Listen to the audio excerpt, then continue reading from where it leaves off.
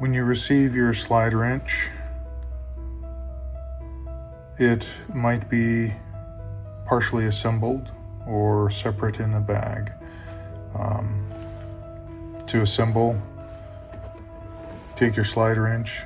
The part with the channels goes down towards the detents. Place the detents on the holes, put your cap on, and install your 2 screws.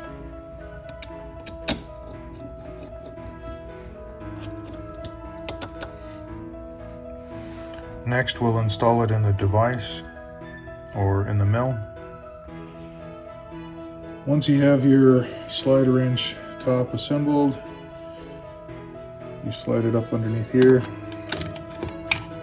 at an angle until it's sitting in there.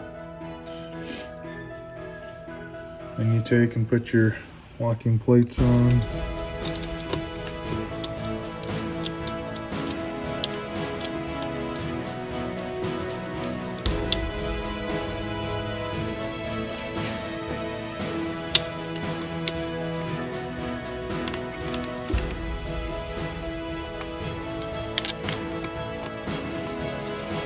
You don't want it quite tight yet.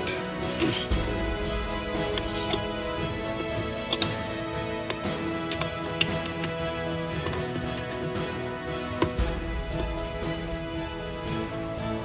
because you still need it to slide.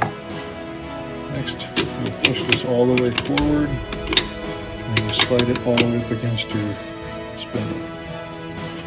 Now you tighten these locking plates.